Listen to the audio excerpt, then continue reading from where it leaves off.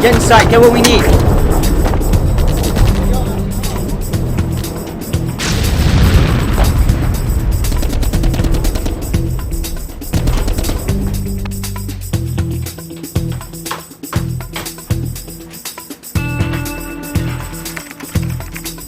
And this is this week's Classic Classic.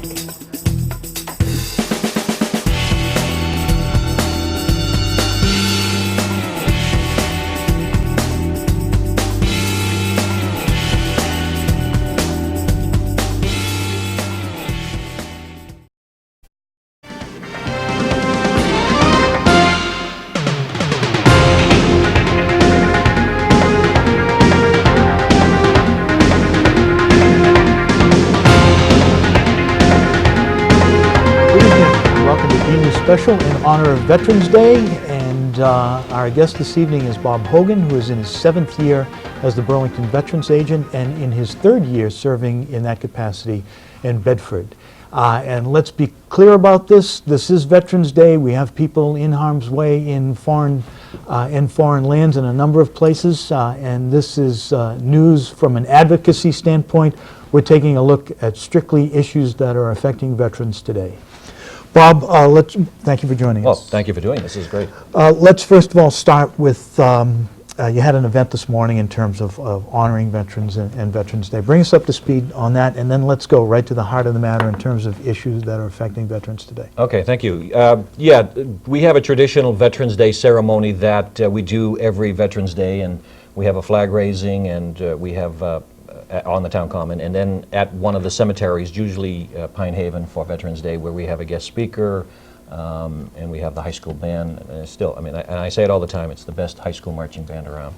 Mm-hmm. Today we had a Burlington resident, Sergeant First Class Larry Almeida, who has just come back quite recently from Afghanistan.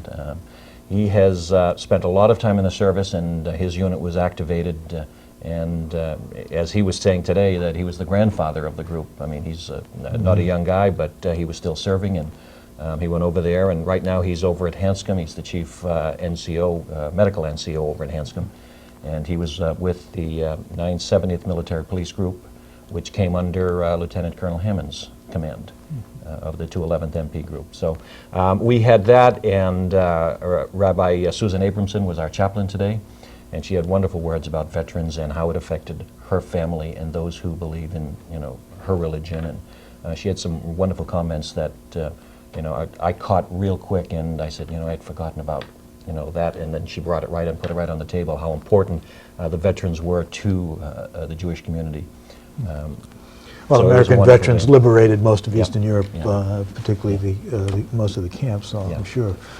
Many of interviews that, that historical value are American interviews of those liberations. Yeah.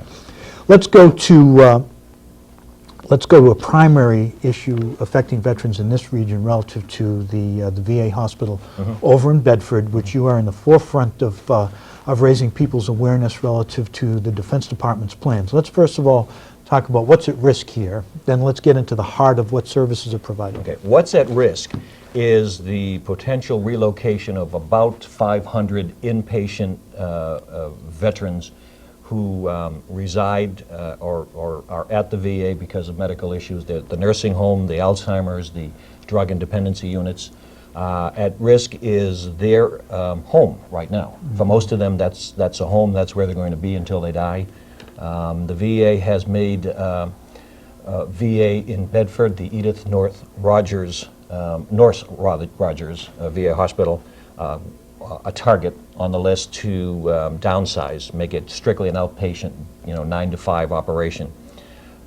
What they're talking about doing is relocating the nursing home patients, the Alzheimer's patients, and I want to talk about the Alzheimer's unit in a minute, and the drug dependency patients to Manchester, New Hampshire, Brockton, Massachusetts, Northampton, and when we look at that, the veterans agents who are out in Northampton and down in Brockton and the people that we talk to up in Manchester say they can't take that load. Mm-hmm. So then the next step is then you farm them out, and I use the term farm out not to be derogatory, but you farm them out to any nursing home that'll take them then. And who knows where that would be. Mm-hmm. So at stake is the the patients who are going to be relocated, the families who then have to travel enormous distances to see them, the patients who are in the drug and alcohol dependency programs, we don't even know where they're expected to be sent. So a real disruption in people's lives at this point. Now, there are a variety of other services that are provided there. Would they be maintained there, or would they be shifted down to Jamaica Plain, for instance? They would probably be eliminated because the other facilities probably have a lot of those ancillary services there. So the jobs that would be lost and the services that would be lost would probably stop, and it would be strictly a basic outpatient clinic. They would probably draw blood and be able to do an EKG, but beyond that, there'd probably be no specialty work done there. And yes, then they'd have to go into Boston, either West Roxbury or Jamaica Plain. Okay, what kind of reaction as our set makes a little Falls noise here apart. for us? Yeah. What kind of activities are going on in terms of the locally? I know you're raising awareness. What kind of a coalition is being developed in terms of trying to head this decision off? Okay.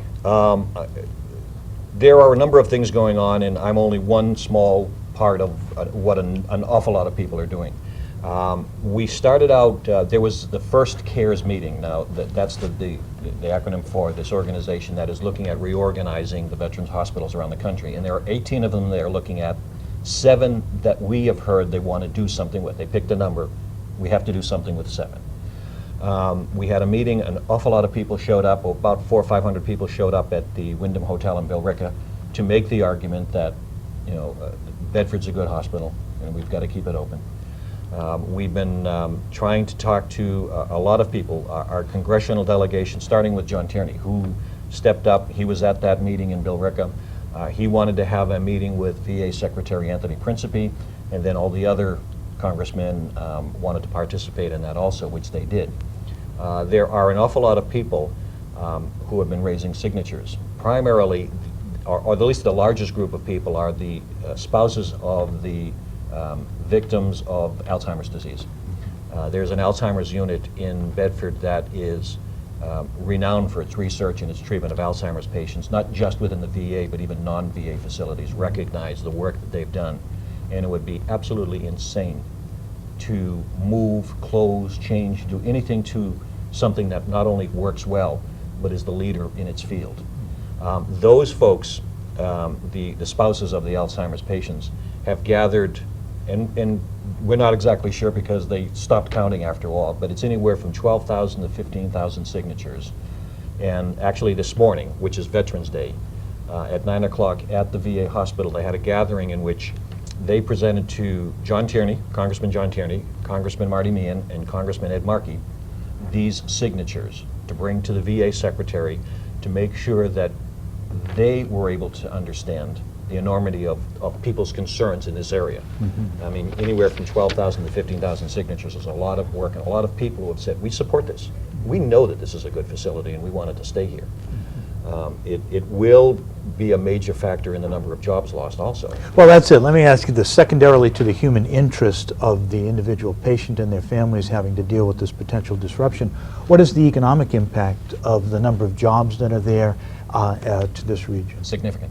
Okay. Again, we work on a range because at this point in time it's still too early to know exactly, but the minimum number of jobs lost they think will be around 600, and depending on how drastic could be as many as 900 people who work at the VA now. 600 to 900 families who have this income, have this paycheck, who support the community by shopping in the local stores and the gas stations and things like that. It would be a major blow to the community, to the surrounding communities, because those folks live in Bedford, Concord, Billerica, Burlington, Woburn. Now, is this divorced from the Hanscom Air Base decision-making process, or is this... That's an entirely different commission, but it has the same effect and the same issues going on that they're going to be looking at. And actually, the reason Bedford is on the list, the Bedford VA Hospital, is because at one time it was a much larger facility, that they do have buildings that they don't use. So what they're saying is that it's underutilized. So instead of looking at what we can do with that portion of the facility or those buildings that aren't being used, they're looking at shutting down those buildings and facilities and programs that are working. One example of something that Bill Conti and the folks over in Bedford did is they created an arrangement with the New England Shelter for Homeless Veterans. Now, they have a step-up program where at some point you, as an individual who has had a dependency program, and this is separate from the VA program, get to a point where you have a job, you need a place to live with supervision, and the VA has sublet, leased, whatever the term is, because I'm not exactly sure how the arrangement is, a building over there for the New England Shelter to have these people have single room occupancies where they have a shared kitchen, where there is some supervision on hand. These folks have to have jobs, and they do, and the MBTA line runs through there, so they're able to get to places where there are jobs. So there is a good use of a facility, a building over there that... Supervised living in the dependency halfway house type Correct. of situation. So, I mean, the buildings are there, and they're wonderful old buildings. They do need some rehab depending on what kind of work, but there are things they can do other than just shut the whole place down and turn it into a massive condominium project. So there are things they can do. So that's why it's on the list, because it's not as large as it used to be, and it's, again, quote unquote, underutilized because some of the buildings don't have functions that the VA is looking at. Okay, now what about Kerry and Kennedy, and in particular, where is Romney on this? We see Romney around the state touting high tech and, you know, little companies that are putting 30 people to work. This has got 600 to 900 jobs at stake. What is Governor Romney doing? Okay, the entire, first of all, the entire congressional delegation and Senator Kennedy and Senator Kerry have been very supportive. Senator Kennedy and Kerry were also part of that meeting with VA Secretary Principe that John Tierney had established. They have been working with us, meeting with us. The governor, on the other hand, was not at what we thought was a very important meeting, and that's the meeting in Billerica where we had that first gathering where the CARES Commission came in to listen to us, to hear our concerns, to hear what the commanders of the American Legion and the VFW and the folks who were involved in the patient care had to say. He and the Lieutenant Governor had made serious promises to us during the campaign that they would be there for us. That aside, there are 600 to 900 jobs that they should have been there, making an argument that the VA hospital in Bedford is a good facility, it's a good working facility, it has value to the community. We didn't see either of them there. Now, someone might argue that because the Secretary of Veteran Services, Tom Kelly, was there, he was representing the governor and the lieutenant governor, but you know, he would have been there anyway arguing for veterans. But there was nobody there from the administration to argue for these jobs. And yes, I mean, almost the same day he was on TV, on the news, touting an upstart computer company that had 15 employees. Yet he wasn't with us where there are 600 to 900 employees. Well, let's chalk it up to a political blunder. Anybody can do that. Let's hope he's a little bit more active in the future. But just to add to that very quickly, there are a number of issues that well, there is another issue. Let's talk about the Gold Star Mothers issue, for instance. That's a state issue. Tell us what that is, first of all. There are a number of programs that the state has, and one of the benefits is for Gold Star parents. Who is a Gold Star parent? Someone whose child has died in the service. My grandmother was a Gold Star parent. I had an aunt, a cousin I lost, so my aunt was a Gold Star mother. You know, but now the definition is Gold Star parents. It's not just the Gold Star mothers. And if your child died in combat or from combat-related injuries or disease, also now Gold Star wives or spouses, because there are many women who are dying, unfortunately.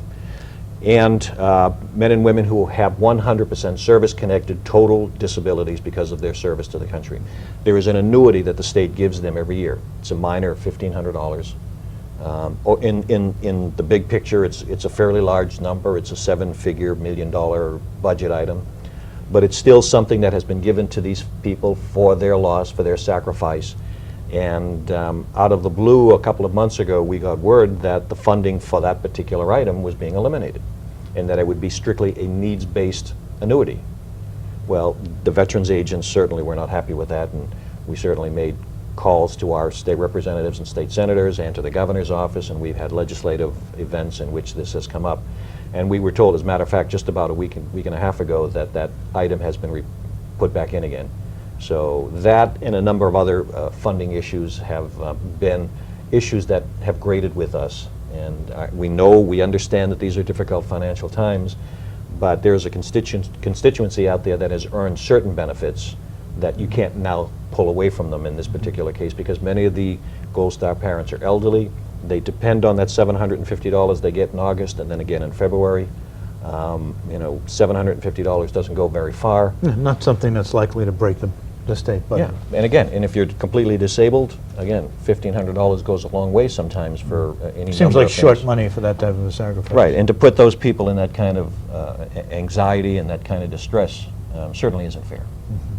All right, let's talk about your office and focus specifically on, you have a generational differences from the veterans who are, World War II, Korea, Vietnam, now Gulf War and Gulf War II. What are the principal problems that you see them encountering, the services that you provide on a daily basis? What are the areas that need most attention? Not in any particular order, but when a veteran passes away, working with the family, trying to get some burial benefits, possibly widow's pension, if all the pieces of the puzzle properly fit and the particular spouse is eligible. That's kind of a main thing, and unfortunately there are too many veterans passing on these days. So that's one item. Another item is for the elderly, if they're retired and their particular company decides they're going to stop giving health care benefits. They come to me, and the veteran then becomes eligible for some assistance and some prescription programs over at the VA, but then the spouse is still left out in the cold. So then we try to work with them, trying to get them senior prescription programs, working with the Council on Aging. So that's another area. If it's a younger person who has the ability to work and got laid off, then we try to work with them with enough areas that we can be helpful, whether either looking for work, retraining, any kind of assistance like that to get them through this period of time in which they're having I'm 56. I get laid off. There's not a whole lot of people are going to be, You don't look a day over 55. Well, thank you.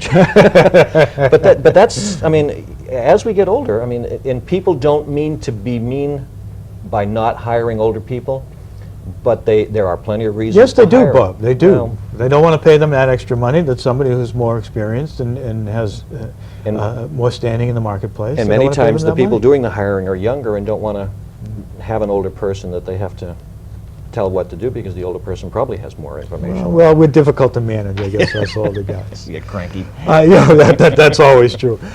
Before we leave the issue of the Veterans Hospital in Bedford, what are the possibilities at this point? What type of progress has been made, and what are you envisioning as an outcome there? Okay. The official final word from the commission to the VA secretary isn't going to be in his hand until we think the end of the month. But from what we've heard from the folks at the Bedford VA, they have good feelings. The only place that they've had a second visit to is Bedford.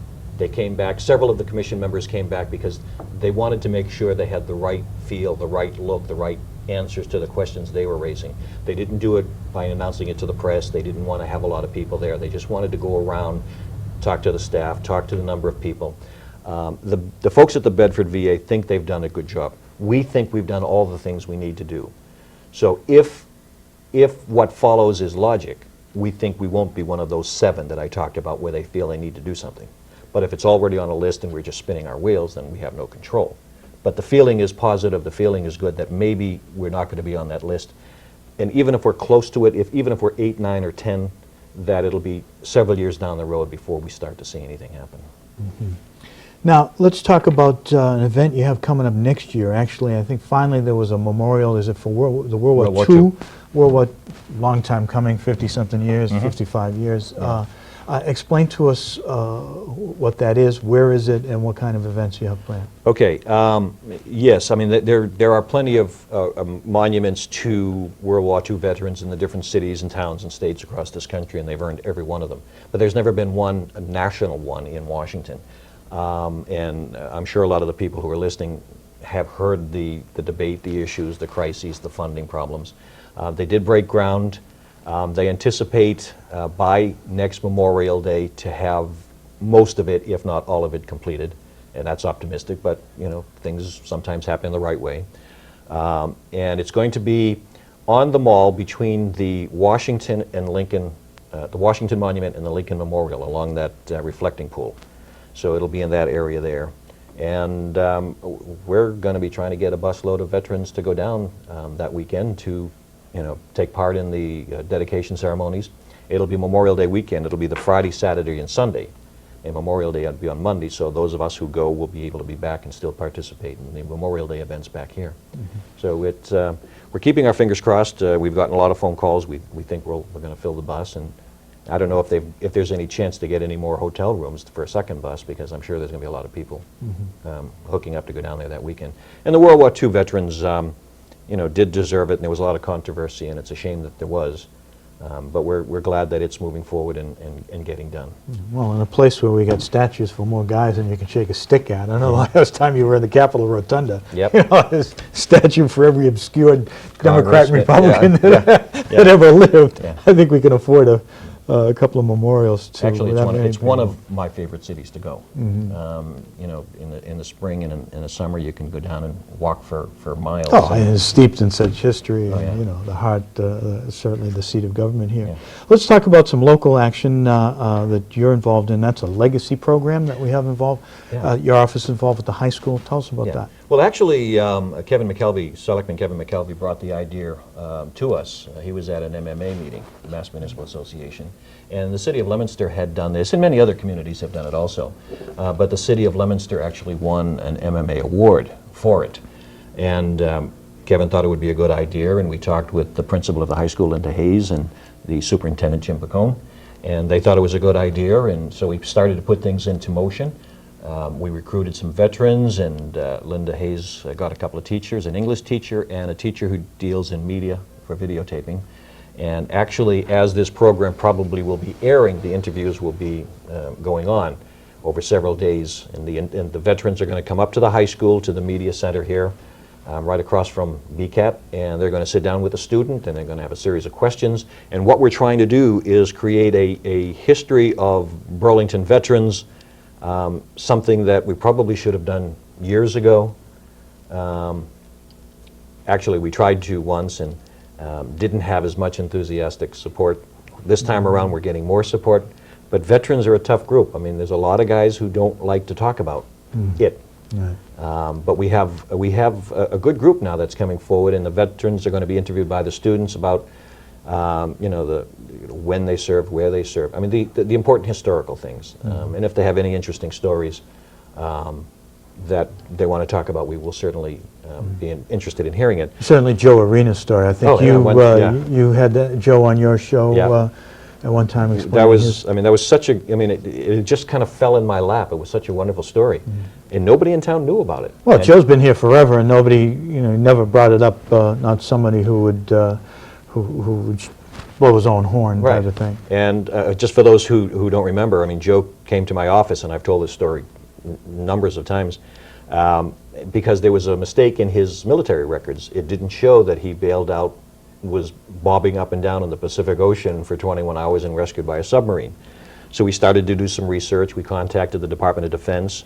I actually went online and had more success because I ended up finding out that there was a Seafox alumni, and the Seafox was the submarine that picked them up. There's still several of the crewmen that are alive who remember the incident, and come to find out that one of them had a tape from the old Victory at Sea. There was a Victory at Sea film crew on board. And they sent me the tape, and we did a show, and this is the stuff that, the stories that are out there. Everyday events during wartime that we simply just My dad, take for advantage. My dad, and it really bothers me that I didn't have that "what did you do in the war" dad talk, and even when I came home from Vietnam, we weren't close enough to do that. My dad was with the 509th Bomb Group, the atomic bomb group.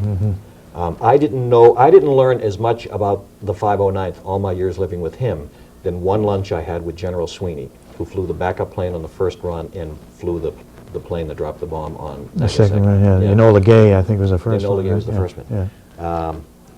Colonel Tippett was the pilot there. And it's a shame. I talk to kids all the time now when I'm at either the high schools or middle schools or where I'm at. I says, talk to your fathers, talk to your grandfathers or grandmothers. Write down the stuff. Because when we read in history books about Iwo Jima or in the Omaha Beach, Pork Chop Hill, I mean, these are real events, and we have people in town who were there, who participated in these great historical events. One quick story, if I might. Several years ago, Betty McDonough, who works in my office, her son was in high school and had to do a history project, and they were doing something on, you know, the Normandy invasion and the Battle of the Bulge and things like that. And there was literally a veteran in town who participated both in the invasion and the Battle of the Bulge. So, you know, the son comes in, and Betty and her husband are there, and they're sitting in the conference room. And all this guy wanted to talk about was the French women he met from Normandy to Germany. Yeah, right. Well, I suppose that's a much better memory than having people shooting at you. Yeah, but so much yeah, more pleasant. So we have to make sure that we kind of keep the guys alive. Well, listen, we've only got a couple of minutes, and just from Already? Just from a kind of an overview standpoint, I know this is a much different time. The country is essentially not under siege, but we've certainly had an external threat much different than we've had in the past. We've had two very large engagements here over the last couple of years, Iraq, Afghanistan. What is the general morale now of the older veteran, guys who didn't get quite the recognition that they should have gotten for Korea, those people who came back from Vietnam during a period of, you know, social unrest? What do you see for the general younger populace in terms of respect for the veteran? I think it started to improve after Desert Storm 1. Even when those young people started coming back, the older veterans got a lot of that goodwill. And even now, I think veterans are held in a better light, at least being acknowledged more. I mean, the attendance today at our Veterans Day ceremony was very nice, and people are bringing younger children, and the Cub Scout groups are being involved. I think there's a better feel, and the veterans themselves are feeling better about themselves. A lot of us never felt bad about being a veteran. It's just the perception of how other people felt about us. I mean, and I was in Vietnam, and but I was always proud of my service and what I did and what I was asked to do, and I was never ashamed of being a veteran. But I think it's how we're feeling about how other people are reacting to us in public, and it's a nice feeling, and it's appropriate, because this show that we're doing here, and the selectmen's meeting and the school committee meetings, they don't exist if the veterans didn't step up, and in many cases, lost their lives protecting what we have here and what other countries have around the world. So it's a good feeling that even if we only played a small part of it, we still put on the uniform and we stepped up to the plate. Okay. Bob, unfortunately we've run out of time.